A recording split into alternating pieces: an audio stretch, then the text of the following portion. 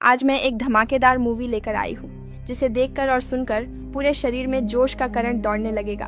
तो मूवी की शुरुआत में हमें एमी नाम की एक लड़की दिखाई जाती है जो अपना घर छोड़कर कहीं जा रही थी क्योंकि उसके पिता जुआरी थे और एमी को जुआ खिलवाते थे क्योंकि एमी बहुत लक्की थी। लेकिन एमी ये सब नहीं करना चाहती थी और अपनी जिंदगी अपने दम पर जीना चाहती थी।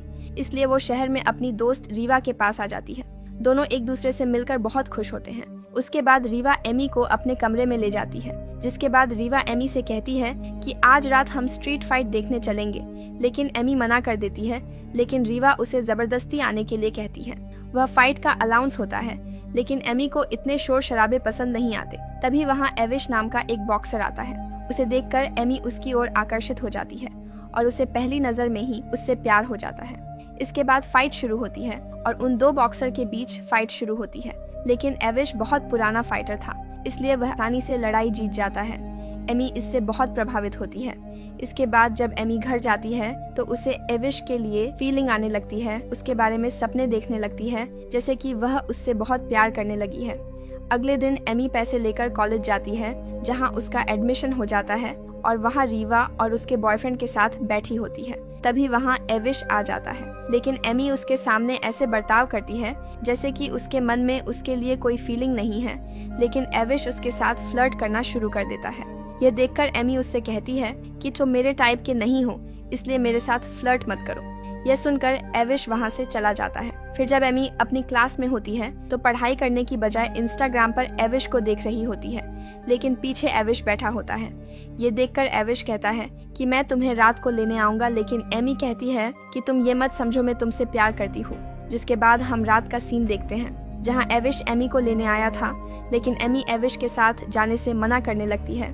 लेकिन एविश किसी तरह उसे मना लेता है और अपने साथ ले जाता है और वो दोनों साथ में काफी वक्त बिताते हैं। अगले दिन एमी रोल फेंकती है, तभी वो रोल एक लड़के के अंडे पर लग जाती है जिसका नाम पार्कर था। एमी उससे अपने अंडों पर बर्फ लगाने के लिए कहती है और वहां से अपने घर आकर नहाने लगती है। लेकिन उसके बाथरूम का नल काम नहीं कर रहा था, इसलिए वो रीवा के बॉयफ्रेंड के घर जाती है। एमी उससे कहती है मेरे कमरे का नल काम नहीं कर रहा है, इसलिए अगर मैं आज रात यहाँ रुक जाऊँ तो तुम्हारे बॉयफ्रेंड को कोई दिक्कत नहीं होगी ना। वो उससे कहता है कि तुम यहाँ रह सकती हो, बस एविश के कमरे में मत जाना। ये सुनकर एमी वहाँ से जाने लगती है, लेकिन रीवा किसी तरह उसे रुकने के लिए मना लेती है।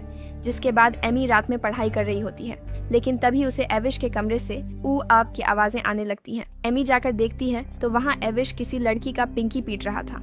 ये देख एमी डर कर वापस आ जाती है। जिसके बाद जो लड़की एविश के साथ उसका अकाउंट ओपन कर रही थी वो वहाँ से चली जाती है। एमी एविश से मिलती है और कहती है तुम बहुत बड़े वाले रंडे हो। ये सुनकर एविश एमी से कहता है कि ये सब माइंड रिलैक्सेशन के लिए किया जाता है, तुम चाहो तो अपना अकाउंट भी ओपन कर सकती हो। इसके बाद एमी एविश को थोड़ी गाली देती है और अपने कमरे में पढ़ने चली जाती है। जिसके बाद एविश वहाँ आता है और उसके कमरे में नहाने चला जाता है। जब एविश नहाकर अपने कपड़े बदलने लगता है तो एमी चुपके से उसे देखती है, लेकिन एविश एमी के पास जाकर सो जाता है। अगली सुबह जब एविश का हथियार खड़ा होता है, एमी एविश के हथियार को चूहा समझकर घुमाने लगती है।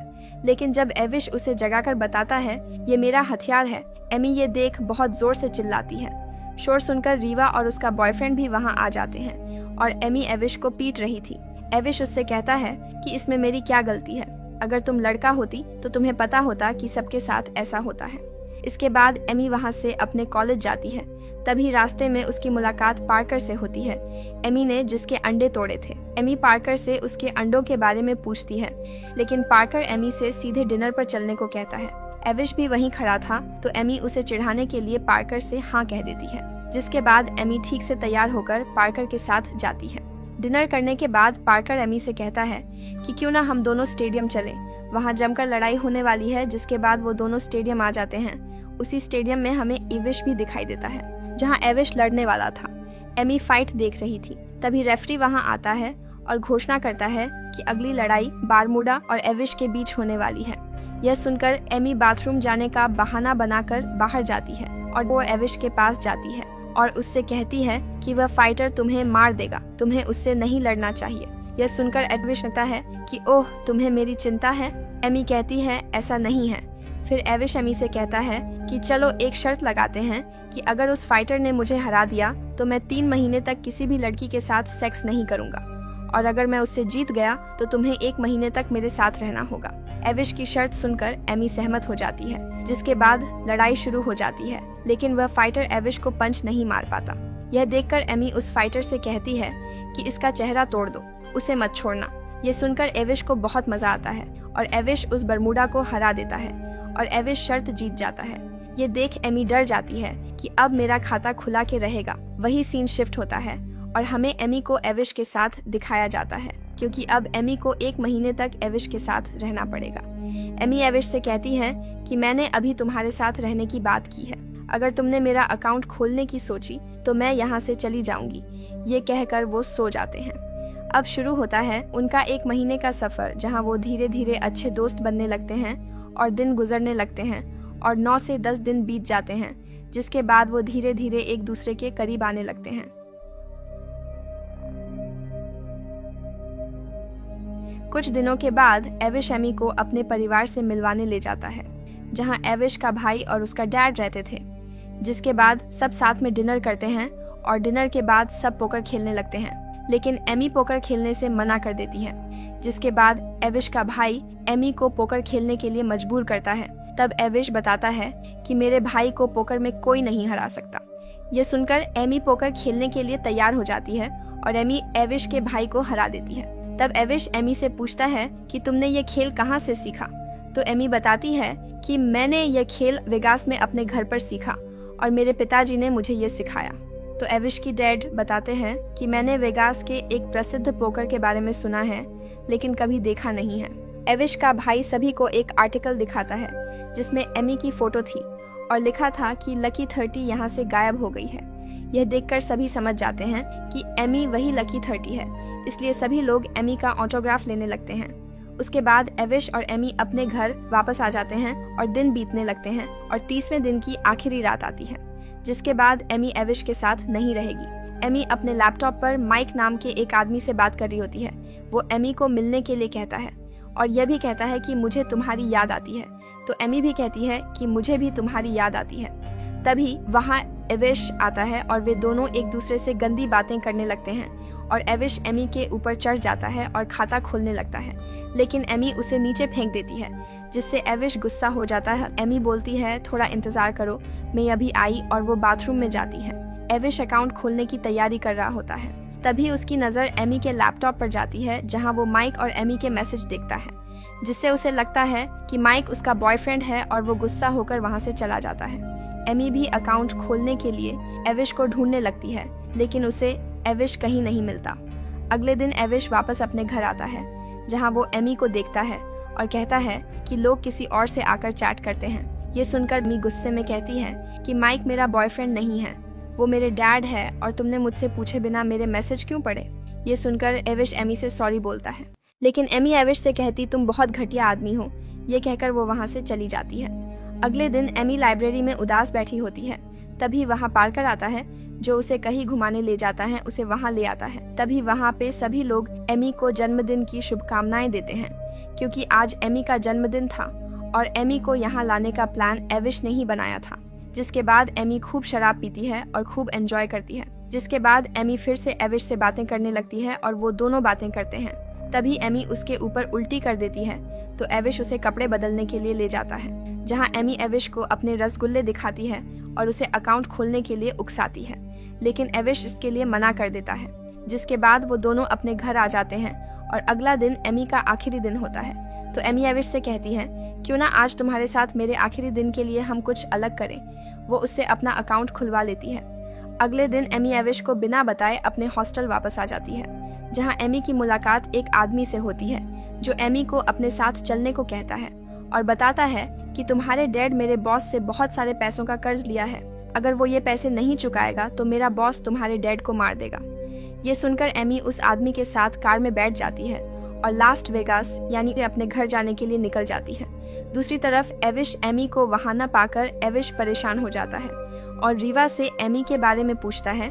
फिर रीवा एमी की लोकेशन का पता लगाती है और उन्हें पता चलता है एमी वेगास में है। ये सुनकर एविश भी वेगास के लिए निकल जाता है। दूसरी तरफ एमी की मुलाकात उसके पिता से होती है, जो एमी से कहते हैं कि मुझ पर 10 लाख का कर्ज है और तुम जुआ खेलकर ये पैसे सिर्फ तुम ही चुका सकती हो। ये सुनकर एमी बहुत गुस्सा हो जाती है और कहती है कि मैं अभी नाबालिग हूँ, मैं पकड़ी जाऊंगी। लेकिन एमी के डैड किसी तरह एमी को मना लेते हैं, जिसके बाद एमी पटाखे की तरह जुआ खेलने आती है, जहाँ वो बड़े बड़े जुआरियों को बुरी तरह हराने लगती है और बहुत सारे पैसे जीतने लगती है और कुछ ही समय में वह 10 लाख जीत जाती है और अपने पैसे लेने के लिए काउंटर पर जाती है और पैसे लेकर जाने लगती है। लेकिन वहाँ पर सिक्योरिटी गार्ड उसे रोक लेता है। वह एमी से कहता है कि तुम अभी अंडरएज हो, इसीलिए तुम ये पैसे नहीं ले सकती, और अगर तुम जेल नहीं जाना चाहती हो तो यह पैसे मुझे दे दो और यहाँ से चली जाओ। और वह गार्ड एमी से वह पैसे ले लेता है, जिसके बाद एमी अपने पापा को फ़ोन करके उन्हें यह सब बताती है और उन्हें वेगास शहर छोड़कर भाग जाने के लिए कहती है। जिसके बाद उसके पापा का बॉस, जिससे उसने पैसे उधार लिए थे, वो एमी को पकड़ लेता है और उसे डराने लगता है। तभी एविश भी वहाँ पहुँच जाता है और वो उन सब की बुरी तरह पिटाई करता है और एमी को वहाँ से ले जाता है। वो और एमी रोमांस करने लगते हैं। एविश एमी को कई तरह से घोड़ा बनाता है और कई स्टाइल में करते हैं और आखिर में एविश एमी का खाता खोल देता है। जिसके बाद वो दोनों एक होटल में रुकते हैं और एविश एमी का 10 लाख रुपए का उधार चुकाने के बारे में सोचने लगता है। तभी उसकी नज़र एक फाइट के पोस्टर पर जाती है, जहाँ पर लिखा था कि जो भी ये फाइट जीतेगा उसे 10 लाख मिलेंगे। इसलिए एविश उस नंबर पर कॉल करता है और फाइट के लिए नाम रजिस्टर कराता है और वहाँ से चला जाता है। जिसके बाद जब एमी की आंख खुलती है तो वो एविश को वहाँ पर नहीं पाती। जब एमी पार्किंग में जाती है तो देखती है कि उसके पापा और वो गार्ड जिसने उससे पैसे छीने थे वो बात कर रहे थे। एमी उनकी बातचीत सुनती है, जिससे उसे पता चलता है कि उसके पापा पर कोई कर्ज नहीं है, उसने तो बस पैसे कमाने के लिए ये सब ड्रामा किया था। इससे एमी गुस्सा हो जाती है और उस गार्ड को बेहोश कर देती है और अपने डेट को खूब गालियां देती है और ट्रैविस को रोकने के लिए वहां से चली जाती है। उधर एविश और उस फाइटर के बीच लड़ाई शुरू हो चुकी थी और वो फाइटर एविश को बुरी तरह पीटना शुरू कर देता है। एमी भी वहां पहुंच जाती है, लेकिन उसे बिना टिकट के अंदर जाने की इजाजत नहीं होती। लेकिन एमी किसी तरह अंदर चली जाती है।